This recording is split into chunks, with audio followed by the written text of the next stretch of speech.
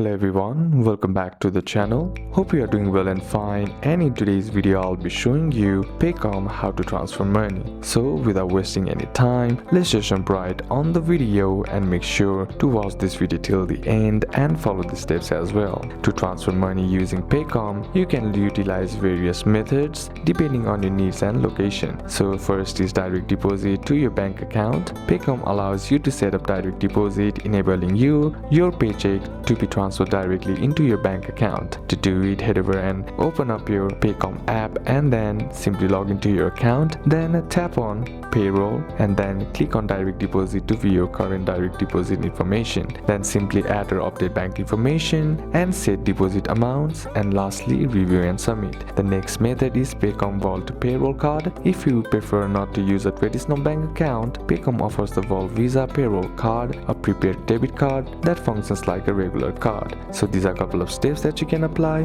and that's it for today's video guys. Hope this video was useful to you. Leave a like if it did, comment down any questions that you have, and see you soon on the next one.